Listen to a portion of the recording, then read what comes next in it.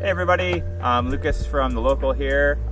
Today we're just going to take a minute to talk about pruning your tomatoes and potentially trellising them. So it's getting to the time of year probably when your tomato plants are getting really bushy and really full. That's great. That means they're in healthy soil, the roots are developing, and the plant is thriving. Now what we want to do in the point of pruning or trellising, like we're doing here, is we're trying to maximize the amount of energy going to the fruit or the fruiting part of the plant rather than creating more leaves. Because why we grow tomato plants, of course, is to get tomatoes. So why don't we take a look at maybe the best practices to prune your tomato so that we can get more fruit rather than more branches.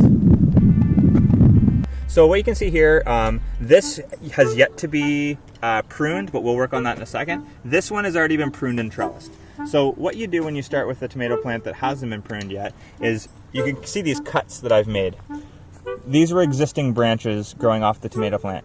And the way that I determined whether I wanted to cut those or not was if there's any branches that are touching the ground, they're growing into the ground like this, we want to get rid of those because any branches that are on the ground are just going to collect moisture, they're going to rot, and they're ultimately going to hurt your plant. They're also like a bridge for insects and stuff to get into your plant. So what we're trying to do is increase air flow in here and also get these branches off the ground. All right, so trellising a tomato.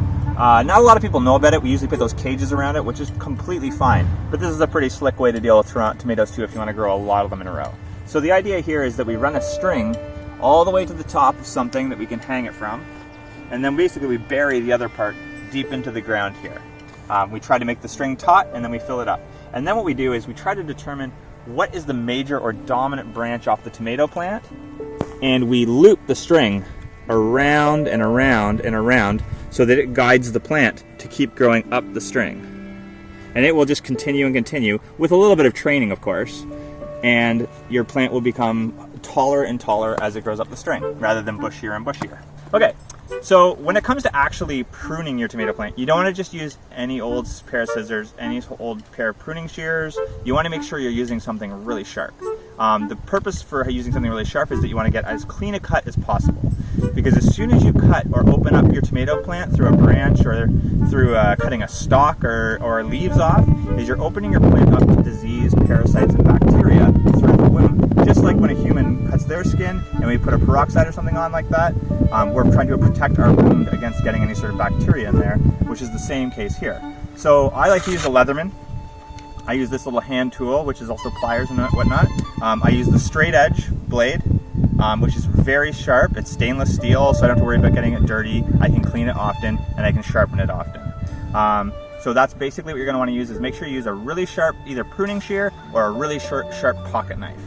So what we're going to do now is we're going to take our knife and we're going to prune. Martin here is my summer student and is a pretty awesome worker, and he's going to help us hold the plant back so that we can see the sort of work that's happening underneath. So here again, what we're trying to do is we're trying to make sure there's air passing through the plant, and we're trying to get the leaves up off the ground, right? So when Martin just lets this go a little bit so we can kind of see how the plant is sitting, we can see that this branch right here that's coming out is touching the ground. So we're going to go ahead and take our knife and we're going to cut that off. And then we have that right there, and we're going to set that aside. Don't ever leave your foliage down at the bottom because as it rots, it will invite pests. So we're going to cut this guy as well. Anything touching the ground or anything hanging low, we're going to get rid of.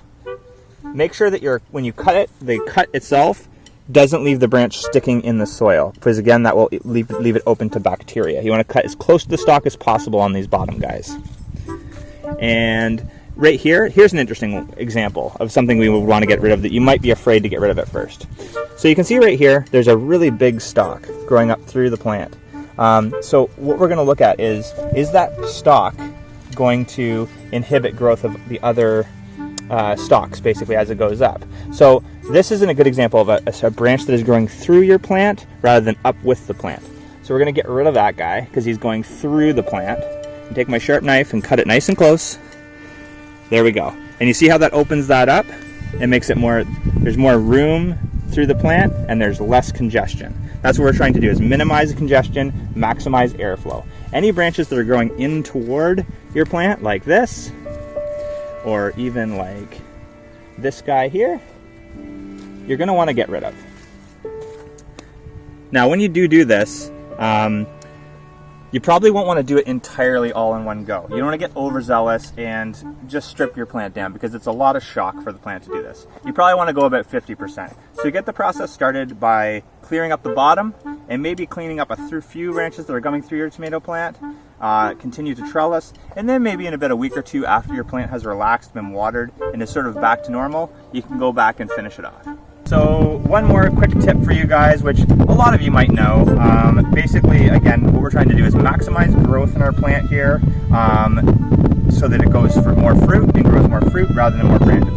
So a really simple tip for this, if you don't have a good knife yet and you just want to get out and help your plant out, is you can come and pinch the suckers off of your tomato plant. When a branch breaks into different sections, it grows different nodes and different branches.